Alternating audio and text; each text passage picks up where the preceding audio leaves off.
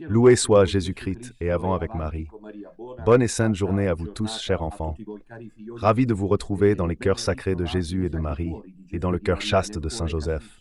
Ravi de vous retrouver avec notre rubrique matinale Sang et Cafara.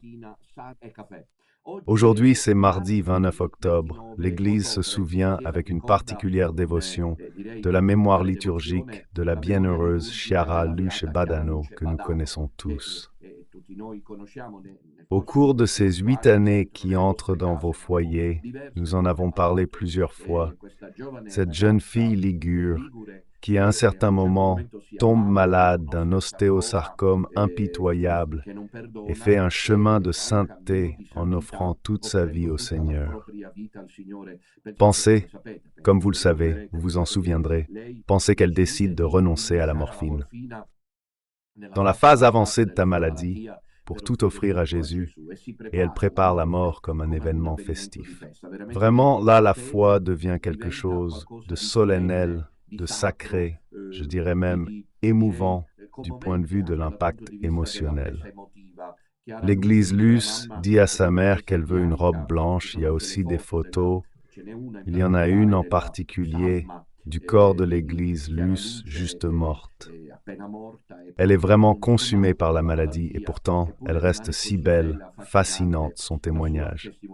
Cela nous rappelle, s'il en était besoin, la gravité de l'Évangile en un temps de totale, absolue banalisation, comme nous le verrons dans le thème d'aujourd'hui, la fenêtre d'aujourd'hui, la mascotte qui a été choisie pour ce pseudo-jubilé de 2025 par la fausse Église. Le spectacle continue et je le démonte. De la solennité de la foi, de la parodie, comme dirait Monseigneur Fulton Sheen, de l'identité catholique de la part de Santa et de la fausse Église. Chiara Luce Badano avait dit au Seigneur, « Veux-tu jouer avec moi? Je suis dans le jeu. Voilà mes chers. » Aujourd'hui, nous demandons en ce 29 octobre à Chiara Luce, qui faisait partie, comme vous le savez, du mouvement des Focolarini, dirigé par Chiara Lubich, une Chiara Lubich qui aujourd'hui a été particulièrement visée, qui sait pourquoi vraiment. Je disais, demandons à Chiara Luce du ciel qu'elle intercède pour nous et qu'elle nous aide aussi à jouer le jeu de Dieu. Si tu veux comprendre les règles du jeu de Dieu, tu dois lire l'Évangile. Tu dois vivre l'Évangile. Il n'y a qu'une seule. Voilà, c'est Chiara. Vous voyez, dans la phase désormais finale de sa vie, elle gardait des contacts, même téléphoniques, avec de nombreuses personnes, surtout des jeunes, à qui elle adressait des paroles d'évangélisation. Quand il y a ensuite le témoignage personnel, tout change toujours. Je disais, quelles sont les règles? On veut connaître les règles du jeu de Dieu, la parole de Dieu, la Sainte Écriture, en particulier, je dirais, l'Évangile. Là, il y a les règles du jeu divin. Si nous voulons les connaître et les appliquer dans notre vie, il suffit de lire le Vangelo et de l'appliquer. Dans notre vie, que cette lumière intercède pour nous. Eh bien, dans quelques jours, c'est le pont des morts, comme on dit, qui pour nous chrétiens, pour des raisons évidentes, ne peut pas être Halloween, qui a aussi des origines diaboliques. Le pont des morts prévoit le 1er novembre la solennité de tous les saints. En un seul jour, nous célébrons tous les saints du ciel. Et donc c'est une pensée tournée vers le paradis, une pensée tournée vers l'éternité, une pensée tournée vers le ciel, notre demeure ultime. Savoir que nous sommes en chemin vers le paradis nous remplit de joie et nous donne de la force dans les épreuves. Celui qui ne croit pas au ciel, celui qui ne croit pas au paradis est déjà vaincu en lui-même. Car alors que vit-il face à toutes les épreuves de la vie? Au lieu de cela, tant le bien, disait saint François, que je m'attends à ce que chaque peine me ravisse, paradis, paradis, paradis, chantait sainte Gemma Galgani, et c'est le 1er novembre, puis le 2 novembre, ensuite samedi. 2 novembre, c'est la fête, la prière, la commémoration des fidèles défunts. Je vous recommande de ne pas aller au cimetière ce jour-là. Ne vous massifiez pas. Allez-y d'abord ces jours-ci, allez-y après, mais ce jour-là, venez à Vérone. Alors, je vous donne le programme, je vous le rappelle très rapidement, en ce qui concerne la solennité de tous les saints. Nous sommes à 30. Je vous en prie, je vous le dis parce que c'est important. C'est pas que vous pouvez penser si... Faites-le, sinon c'est autre chose, pour l'amour de Dieu. Mais c'est pas que vous pouvez penser que j'irai le 2 à Vérone, et puis au lieu de cela, sauter la solennité de tous les saints. Non, il faut entrer dans une logique d'urgence. Donc ceux qui peuvent venir à la messe de la solennité de tous les saints, qui sera célébrée à 30 à l'hôtel Sporting. À 30, rue Roberto da San Severino, à 16h30, le rosaire et la messe solennelle. Ce vendredi novembre, c'est la Toussaint. En ce qui concerne l'accommodation des fidèles défunts, nous serons à Bussolengo, à l'hôtel Montresor Tower, à 16h30. Avec nous, il y aura aussi Don Enrico, et ce sera un jour de prière intense pour nos chers défunts. Vous pouvez encore appeler le secrétariat de Radio Don Minutella Nostra pour demander si vous souhaitez toujours le suffrage pour vos défunts. Apportez avec vous les photos de vos chers défunts que nous bénirons, puis nous les mettrons sur le côté de l'autel, souhaitant créer cette atmosphère de communion de prière. Avec nos chers défunts qui, s'ils sont au purgatoire, recevront un immense suffrage ce jour 2. Et le 3, le lendemain des morts, c'est dimanche. Alors nous sommes à Bergame. Voilà, dimanche 3 novembre, à l'auditorium Gramsci, au Malpensata et CSC Malpensata. 3 novembre, toujours à 16h30. Pour la messe. Nous nous préparons aussi pour les autres rendez-vous de la semaine suivante, qui sont très intenses car vendredi 8, nous serons dans les marches.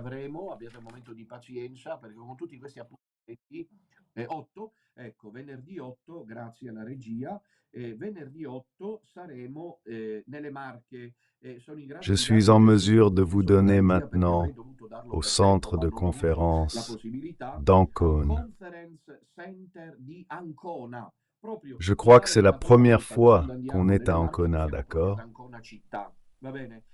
Vendredi 8 novembre, rue Luigi Albertini, 36, Grosse, bâtiment D comme Domodossola, 1, Ancône. Dans un instant, je le passe aux collègues et la régie vous le repropose.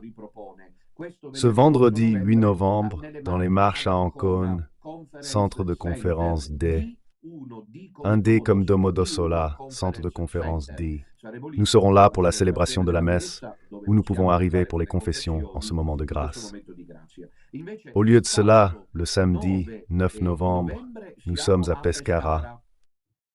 Samedi 9 novembre, nous sommes à Pescara, l'hôtel est déjà connu.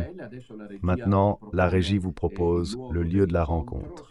Nous sommes au Resort Regis, juste là, près de Pescara. Et enfin dimanche, pour le moment nous nous arrêtons ici, dimanche 10 novembre, nous serons à Cassino. Je voudrais dire à tous les fidèles du petit reste lasial que nous vous attendons.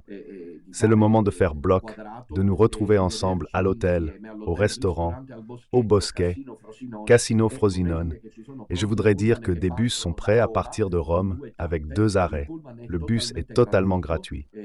Part de Rome, vous prend et vous emmène à Cassino, et puis de Cassino vous ramène chez vous. Il y a encore une quinzaine de places libres. Dépêchez-vous. Combien êtes-vous encore indécis et souhaitez-vous venir non avec vos propres moyens, mais en bus?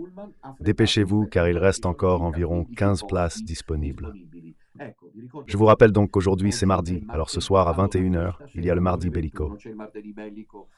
Ne manquez pas le rendez-vous avec le Mardi Bellico, compte tenu de la situation actuelle qui s'est créée.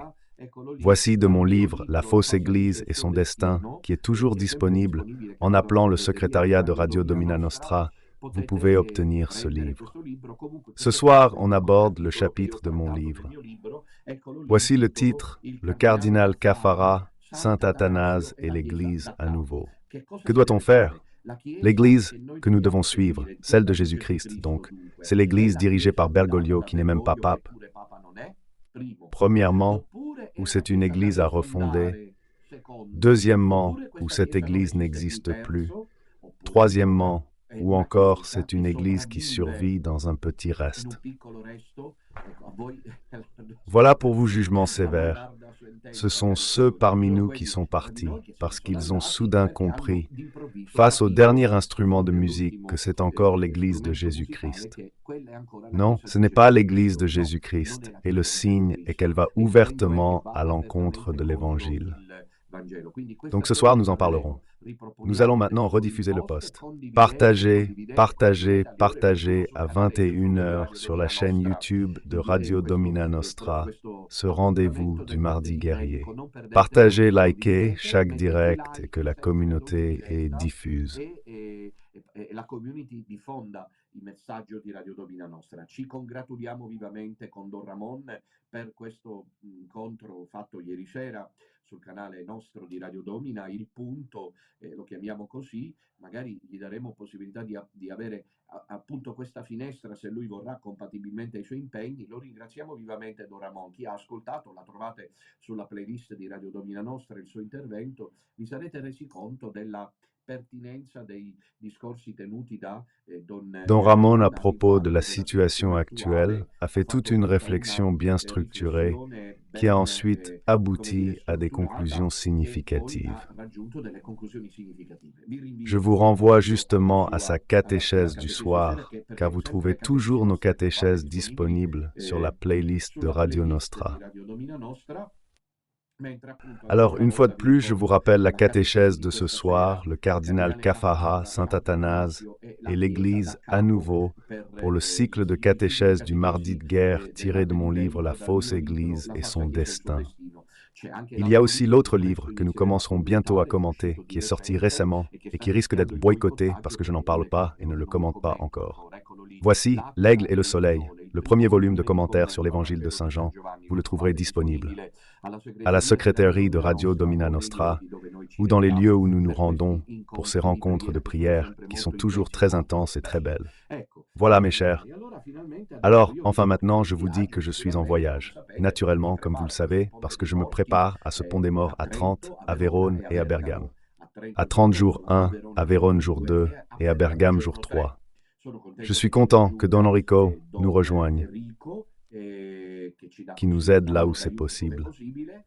Et puis encore, je voudrais vous rappeler que l'œuvre a naturellement besoin de votre aide.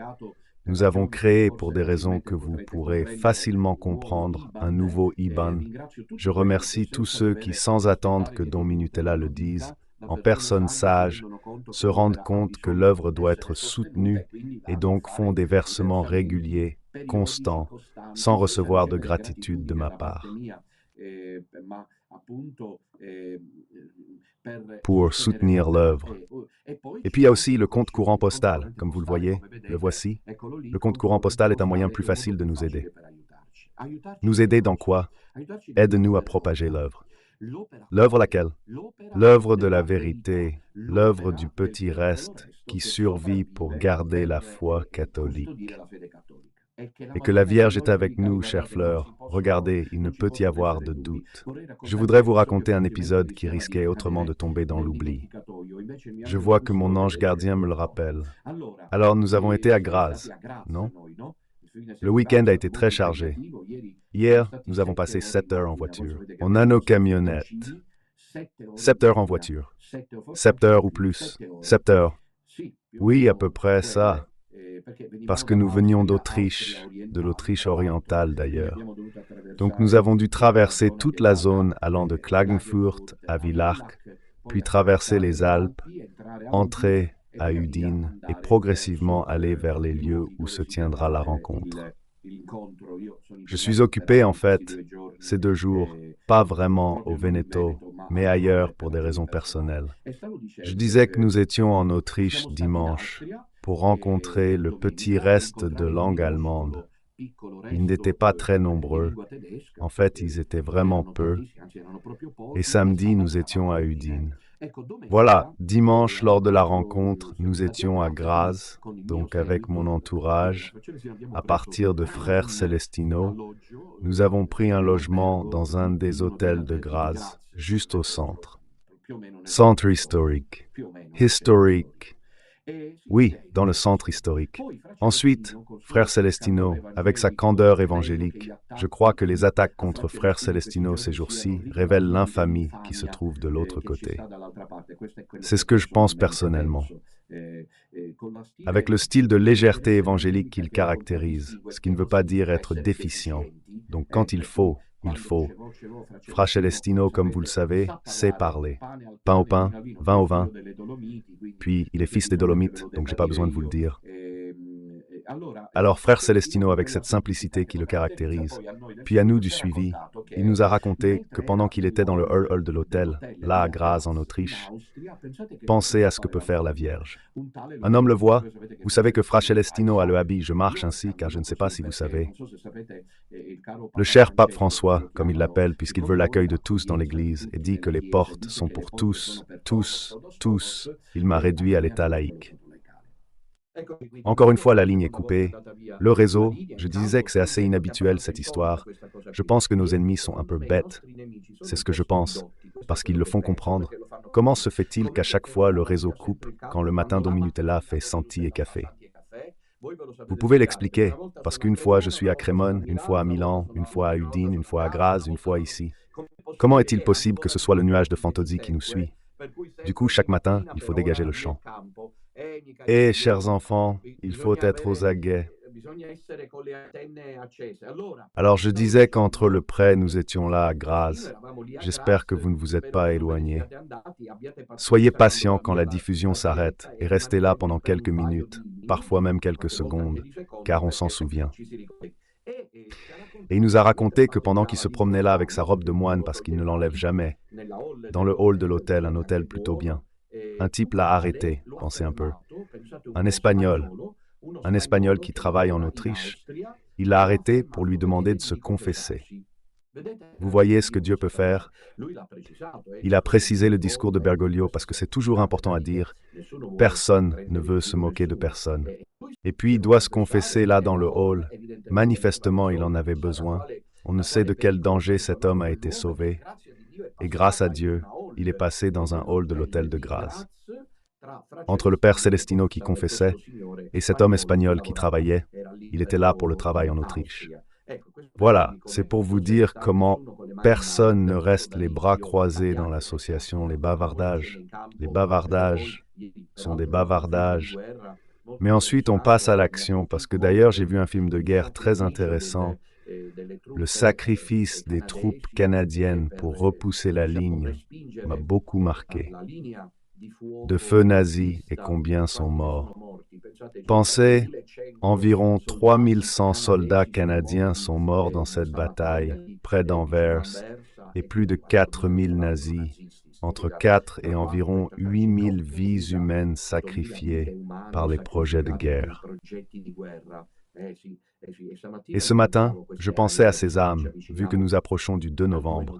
Ils ont tué, et peut-être à leur tour ont été tués. Mais s'ils n'ont pas semé la cruauté et la violence, s'ils n'ont pas cherché la colère, mais se sont retrouvés à défendre les valeurs de leur patrie, Dieu ne les condamne pas.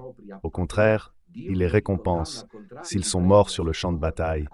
Il les récompense par la béatitude éternelle. Ce sont des vies arrachées à l'existence humaine. La plupart d'entre eux étaient jeunes. En ces jours, qu'il y ait ceux qui fassent dire des messes pour les soldats tombés au combat, des guerres passées et des guerres actuelles, où l'on meurt moins, car les guerres ont changé du point de vue de la Convention. Mais dans le passé, il y en avait qui mouraient. Dans cette seule bataille dont j'ai vu le film hier, environ 8000 soldats sont morts, parmi les Allemands, les Canadiens et les Alliés. Maintenant, au sujet du jour, je vous rappelle le rendez-vous de ce soir à 21h sur la chaîne YouTube de Radio Domina Nostra, dans le cycle de catéchèse du mardi tiré de mon livre Falsa Chiesa et son destin, nouvelle édition, intitulé Le cardinal Caffarra, Saint Athanase et l'Église d'accord. Bien, maintenant passons au sujet du jour. En ce moment, nous avons commencé en disant qu'aujourd'hui c'est la mémoire. Et la mémoire de la bienheureuse Chiara Luz Badano. Nous avons dit qu'il nous parle de la solennité de l'Évangile, de la gravité de la foi chrétienne. Balthazar a écrit un livret durant la saison de la phrase post-conciliaire intitulée « Le cas sérieux ». Voilà, le christianisme est le cas sérieux. Alors, face à tout cela, nous assistons au spectacle que la fausse Église est capable de présenter. Vous savez que Katharina Emmerich, et pas seulement elle, mais c'est elle qui me vient à l'esprit en ce moment, a parlé d'une fausse Église qui aurait été construite. Elle ne parle pas seulement d'un consortium de personnes, mais d'une véritable structure. Et cette structure est celle qui aujourd'hui domine et gouverne au Vatican à travers le faux pape François. Le synode du maudit est terminé, le synode de tous, celui en 2 phases, mais comme nous le disions hier matin, il ne s'est pas vraiment, comme l'a répété hier soir aussi Don Ramon ne s'est pas vraiment fermé parce que Bergoglio a décidé, comme vous le savez, de ne pas écrire une exhortation comme c'est habituel à la fin, un document à la conclusion de ce synode, mais de laisser les portes ouvertes à la discussion. Ainsi, nous placerons avec le temps, avec la technique de la grenouille bouillie, avec la fenêtre d'Overton. Ce sont les chimies maçonniques, Overton et des conditions, disons, mystérieuses. Mais justement, ces deux-là sont les techniques propres à la franc-maçonnerie des puissants mondiaux, et de convaincre les masses d'obtenir leur consentement sur des choses à première vue inacceptables. Voilà la technique raffinée du persuasion, du lavage de cerveau. La grenouille, si tu la mets dans l'eau bouillante, elle saute, parce qu'elle comprend le danger. Si tu la fais nager tranquillement dans la piscine en inox, tôt ou tard, la flamme d'en dessous devient de plus en plus forte. L'eau chauffe et la grenouille meurt bouillie. Et ainsi, le catholicisme romain est en train de mourir, bouilli. Ils veulent faire croire que c'est l'Église de Jésus-Christ, fondée par Jésus-Christ, alors qu'ils vont ouvertement à l'encontre de l'Évangile de Jésus-Christ. Donc, après la fête, le spectacle théâtral du synode, qui étaient les protagonistes, les professeurs de Bergoglio, le professeur d'État Père James Martin, et circule sur les réseaux sociaux cette poignée de main finale entre les deux très satisfaits, Jorge Mario Bergoglio et James Martin, qui, écoutez bien, appartiennent à la compagnie de Jésus. Voici, le Jésus qu'ils suivent n'est naturellement pas le Jésus de l'Évangile, c'est le contre-Jésus, c'est le luciférin, le Messie néo-gnostique. Et alors, après cette clôture du synode, où les protagonistes sont Bergoglio, James Martin, Ulrich, Zuppi, Steiner, Fernandez, ce sont tous les partisans de Santa maintenant. Tout de suite, ils nous placent le prochain événement, le soi-disant jubilé de 2025. Hier, avec tant de vitrines médiatiques, les critères de ce jubilé ont été présentés par le responsable du Vatican pour cet événement.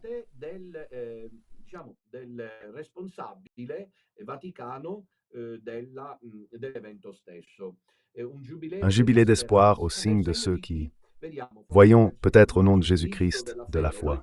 Nous ne sommes naturellement pas des puritains, nous sommes fondamentalistes parce que nous voulons parler de Jésus-Christ et de l'Évangile. Au lieu de cela, le jubilé est l'espoir dans le signe de Caravage et de Chagall.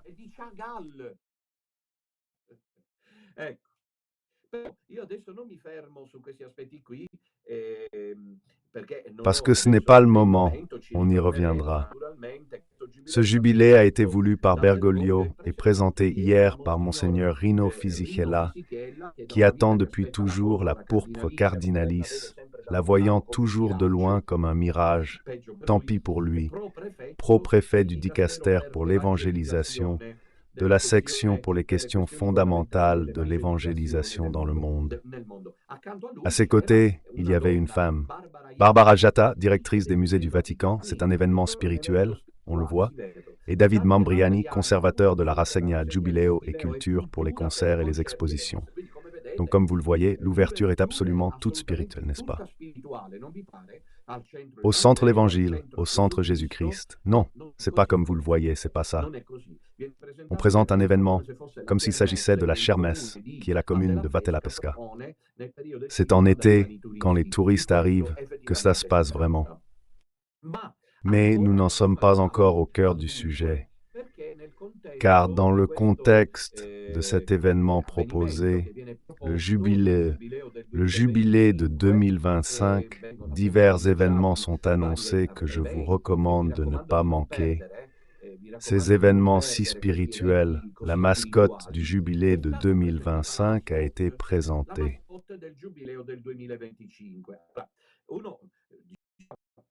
Quand ils ont signalé, je n'avais pas eu le temps parce que hier, j'ai conduit toute la journée. Comme je l'ai dit, j'ai été en voiture plus de 7 heures. Mais je suis avec mes confrères du Sodalicio. Nous avons un groupe de discussion et ils m'ont envoyé cette mascotte que nous allons vous montrer dans un instant, cette mascotte du jubilé de 2025. Et quand je l'ai regardé ce matin, j'avais du mal à y croire, parce que ça me semblait, c'était Don Enrico Berasconi, comme vous le savez, qui est toujours l'un des premiers à voir ces choses. Il l'a partagé dans notre groupe et a écrit, ce n'est pas lui qui l'a écrit, il a repris l'article. Le Vatican a révélé la mascotte officielle de l'année 2025. Elle s'appelle Luce. Don Enrico a écrit, dites-moi que c'est pas vrai, j'attends. Et en fait, c'est vrai. Alors maintenant, nous sommes en mesure de vous montrer, la voici, la mascotte que vous voyez, un toujours plus âgé et blanc, poivre et sel. Monseigneur Rino Fisichella, bon, je ne m'arrête pas sur lui. La voici la mascotte, c'est la mascotte de l'événement solennel, sacré, divin du jubilé de 2000. Le spectacle doit continuer. Ils ont choisi la mascotte. Cette mascotte est un manga japonais. Compris? Alors maintenant, procédons dans l'ordre. En attendant, je demande à l'équipe et à la régie de montrer, parce que je leur ai donné ce matin quelques images un peu plus en prise directe de cette mascotte, de la regarder non pas comme le montre Fisichella, mais en la prenant vraiment de la... Et c'est cependant l'image avec Fisichella. Mais il y a vraiment l'image de la seule mascotte, parce qu'on doit la regarder de près. S'il vous plaît, ceux qui nous suivent, regardez-la de très près, cette mascotte. C'est le logo, le symbole, la mascotte, appelons-la ainsi, comme elle a été appelée, du jubilé de 2025.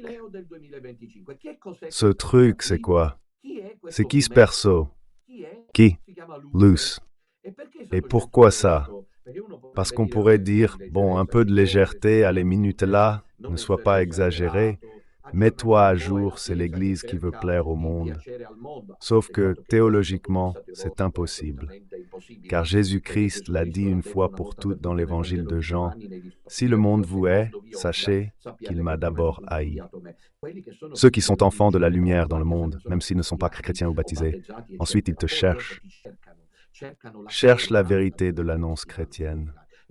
Je ne sais pas, je me trouve, je ne dis pas où. Pour des raisons personnelles ces 2 jours, en tout cas au cœur du nord de l'Italie. Regardez, ce matin j'ai vu plus de gens. Je ne le dis pas avec polémique, c'est un fait. Plus d'immigrés que d'Italiens. Une chose dans la ville où je me trouve, qui est une ville insoupçonnable, d'accord, du nord. Ce matin, j'ai vu, je ne sais pas combien d'immigrés, combien de femmes avec le burqa frappé à la tête, puis ils ont beaucoup d'enfants, beaucoup de bébés, tous musulmans. Mais ils voient comment ça se passe à Rome, comment va l'Église. C'est la mascotte. Faisons un plan un peu plus rapproché si on peut. C'est la mascotte. Dites-moi que ce n'est pas vrai. Écrit Don Enrico, disons-le à Don Enrico malheureusement. Tu l'as découvert aussi, c'est vrai. Elle a été choisie comme mascotte du jubilé 2025. Maintenant, on réfléchit et on se demande pourquoi ils choisissent cette mascotte. C'est un manga. Le manga japonais, qu'est-ce que c'est? Vous savez, tandis que nous restons sur l'image, le manga japonais, le terme manga signifie image rapide ou image en mouvement, désigne la collection d'images. Collection d'images. Les mangas sont donc des bandes dessinées japonaises modernes, très différentes des bandes dessinées occidentales à bien des égards, et je ne peux pas approfondir ici pour des raisons de temps, mais il y a un couple d'intérêts et des choses intéressantes sur le manga. Voilà, encore une fois, nous allons le mettre ensemble, nous y reviendrons, mais nous aurons le temps. Je pense que c'est une banalisation absolue de la foi catholique. C'est vraiment le bilan pitoyable d'une fausse église, celle de Bergoglio, qui s'est réduite à vouloir plaire au monde et à épouser les logiques du monde, qui sont en fait celles de la destruction de l'identité catholique, mes chers. C'est l'endroit qui apparaîtra ensuite, comme vous pouvez l'imaginer, dans les cathédrales. Ainsi, les enfants sont attirés par le manga, car à l'entrée des cathédrales, des paroisses, des basiliques romaines, on trouvera cette mascotte. Parce que la mascotte devient ensuite décisive pour indiquer un événement solennel, qui aurait dû être solennel et sérieux pour un jubilé. Vous comprenez quel passage de relais pénible est sous nos yeux. Continuons, alors que nous revenons à l'image du manga de la mascotte du jubilé, parce qu'à présent, je dois vous dire la chose la plus importante. Dans un instant, je vous le dirai. Je le fais aussi savoir à Don Enrico. Cher Don Enrico, cher confrère du Sodalicio, vous allez comprendre. Où j'ai approfondi, vous verrez ce qui va sortir dans un instant. Continuons. Donc, dans les mangas, ces bandes dessinées japonaises, cette mascotte, Luce, s'appelle Luce. Cela semble presque une provocation à Chiara Luce Badano, qui, elle, était une âme qui a joué avec Dieu, mais de manière solennelle comme dans l'Évangile. Je disais qu'ils ont des caractéristiques, les bandes dessinées japonaises. Tout d'abord, on les lit de droite à gauche. De droite à gauche. C'est déjà une première chose importante à dire. Et puis, une autre chose importante à dire, c'est qu'il existe différentes catégories de mangas. Il existe des mangas pour un public uniquement adulte, pour les seules femmes adultes, etc. Anime et manga, c'est différent. Les mangas sont des bandes dessinées, tandis que les animes, ce sont les dessins animés japonais qui prennent de l'ampleur. C'est justement à partir de ces bandes dessinées que nous avons sous les yeux cette mascotte qui a été choisie et qui a été mise en avant par je ne sais pas qui, dites-moi vous, pourquoi il y a le diable alors? N'oubliez jamais qu'il y a la banalité, il y a le ridicule, il y a le grotesque, d'accord? Et ici, nous en sommes au grotesque. Cette mascotte, comme vous le voyez, porte un kawaii de couleur coque, parce que le kawaii indique une imperméabilisation.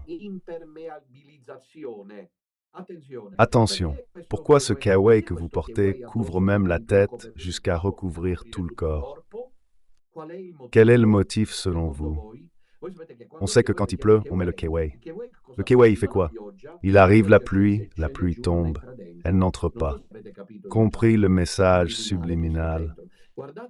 Regardez ensuite les yeux de cette mascotte très sympathique, qu'un surréaliste, Monseigneur Fisichella, fervent admirateur de von Balthasar. J'aimerais savoir si von Balthasar avait été vivant, si Monseigneur Fisichella aurait eu le courage de prendre la mascotte dans ses mains, en souriant, et de la présenter à tout le monde. Donc ce kawaii, comme vous le voyez, c'est celui qui domine immédiatement la scène.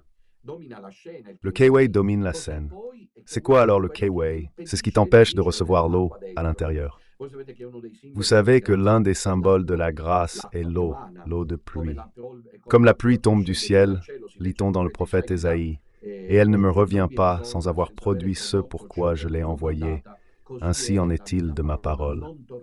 Elle ne reviendra pas à moi sans avoir produit l'effet pour lequel je l'ai envoyée. La parole de Dieu est comme l'eau de la pluie. Descend et produit l'effet. Mais si tu mets ce que tu veux, tu ne te mouilles pas, l'eau ne rentre pas, c'est un imperméable. Ça empêche d'entrer. Et dans ce dessin animé qui est diabolique, à mon avis, derrière cet aspect immédiatement sympathique se cache quelque chose de furieux. C'est dominé par ce que tu veux, jaune, et ça couvre même la tête.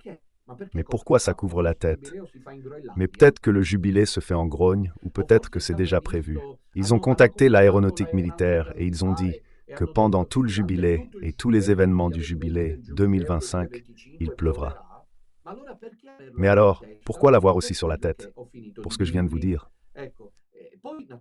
Eh bien, vous remarquerez le bâton, intéressant, mascotte de 2025.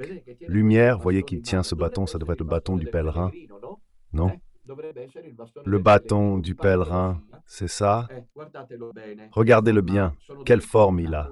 Ce sont des cornes, une plus haute et une plus basse. Maria, mes enfants, j'ai une douleur immense dans mon cœur, parce que dernièrement, il y a ceux qui ont poussé des gens des nôtres à partir, parce qu'ils ont dit que c'était encore l'Église de Jésus-Christ. Vous avez vu ce bâton? C'est le bâton du pèlerin. Où est la coque? La coquille est lumière, elle l'a quelque part dans les yeux. Vous voyez que dans les yeux sans iris, il y a des coquillages, mais dans le bâton, il n'y a pas de coquillage. Le bâton, en revanche, ressemble à l'un de ceux que Bergoglio a utilisés dans le passé, quand il était encore déguisé, et représente comme des cornes, vous voyez? Ce sont les cornes de la table, mes chers enfants. La croix est là, oui, vous la voyez, dans la poitrine de lumière, mais c'est externe. C'est à l'extérieur du Kieway, mais s'il pleut, pourquoi le mets-tu dehors? Et, chers enfants, chacun réfléchit. Vous pouvez penser que ma lecture de la mascotte est excessive, exagérée, faites comme vous voulez, ça m'importe peu. Je vous dis ce que j'ai vérifié, c'est la preuve du 9 maintenant. Parce que 3 indices font une preuve, comme disait Agatha Christie. Regardons à nouveau cette image, mettez-moi à gauche, parce que celle-là est la mascotte à ma droite du jubilé. Je suis la mascotte. Merci. Laissons ça clair. Alors, 3 indices font une preuve. On dirait, bon, Don Minute là, t'as un peu exagéré. Je vous donne la preuve. Regardez bien cette mascotte. Regarde bien, hein? Maintenant, regardons, Don Enrico, cher confrère du Sodalicio, vous tous qui suivez, regardons, faites bien attention à ce qui va se passer. Coup de théâtre. Regardez Don Minutella quand il travaille pour vous, comme c'est génial. Personne n'a réussi. À mon avis, pour y arriver, c'est pourquoi Don Minutella est si ciblé. Allons voir la mascotte des dernières Olympiades, celles qui sont désacralisantes et profanatrices de Paris 2024. La voilà. Qu'est-ce que vous remarquez? Rien à noter? Mettons-le maintenant. Si possible, un champ à l'autre. Voyons si la régie peut le faire. Mais je pense que la régie prépare cela. Vous vous en êtes sûrement rendu compte. Il y a quelque chose qui vous unit. Qu'est-ce qui les unit?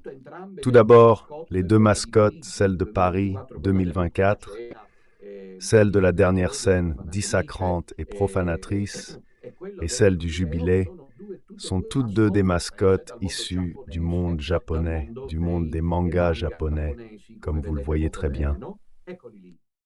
Voilà. C'est la première caractéristique qui émerge.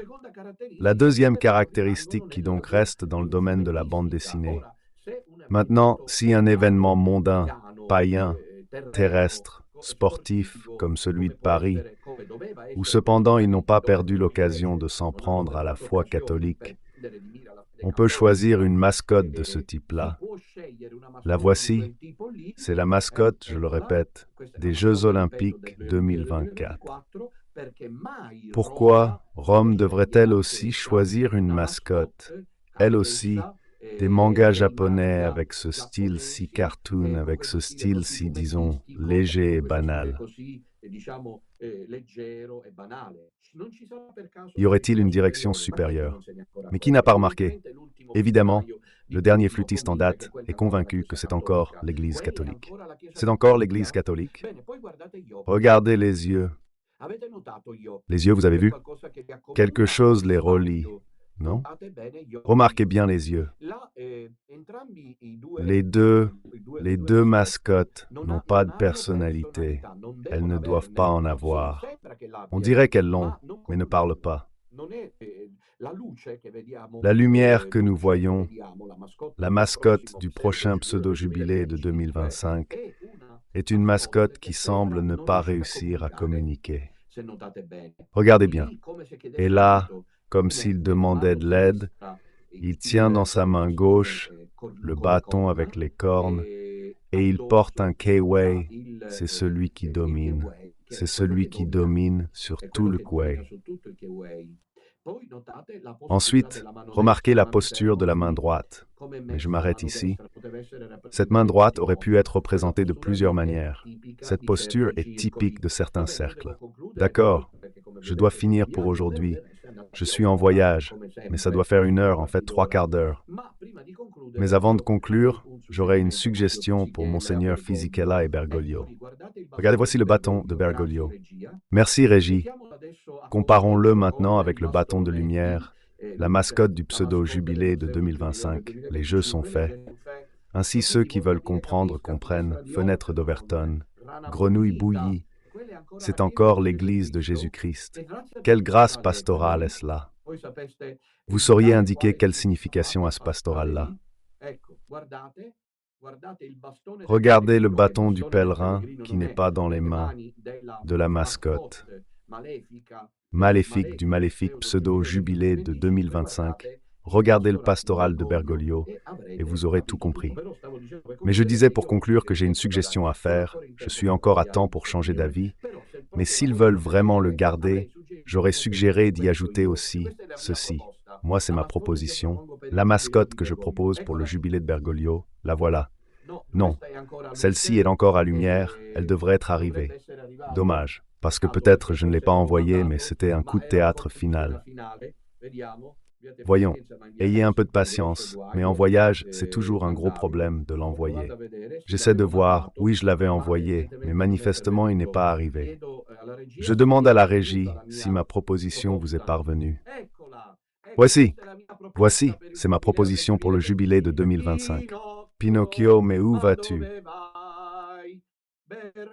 Bergoglio, que fais-tu? Fisichella, tu es dans de beaux draps. Vous voyez, il y a le long nez des mensonges, des tromperies, des faussetés interminables que la fausse Église continue à produire concernant les masses qui se croient catholiques. C'est mon courrier pour la mascotte. Et tout cela arrive, mes chers enfants. Nous qui étions tranquilles comme un petit reste compact, unis, ils sont venus nous diviser, ils essayent par tous les moyens de nous séparer. Ma douleur est immense, parce que je vous montre les choses. Je vous les ai enseignées pendant ces 8 années, en risquant constamment ma peau. De nombreuses manières, on risque sa peau. J'ai ouvert vos yeux, je les ai gardés. Et puis tu trouves que le premier venu dit non, Bergoglio n'est pas le pape. C'est l'Église, laisse Minutella crier, ça ne sert à rien. Il est fanatique, fondamentaliste, extrémiste. Il refuse le débat, comme si je refusais le débat. Je l'ai demandé, bon, je ne veux pas de confrontation, il crie, il hurle, mais de ce côté, nous avons trouvé, évidemment, cela cause de la douleur. Chères âmes, faites attention, soyez toutes très attentives avec le chapelet à la main. Priez le rosaire sans cesse, ayez le cœur et l'esprit toujours tournés vers le Seigneur, car ce sont des temps de vendange, le Père éternel, ce qu'il fait à Rome était cependant tout prévu. Je voyais une église, dit Catherine Emmerich, fausse, l'église des ténèbres, bizarre et extravagante. Il ne fait aucun doute que derrière et à l'intérieur des messages subliminaux que cette mascotte lumière représente et que je vous ai expliqués, se cache justement, malgré tout, l'identité bizarre, l'identité banale de cette fausse église qui avance sur le chemin du gouffre.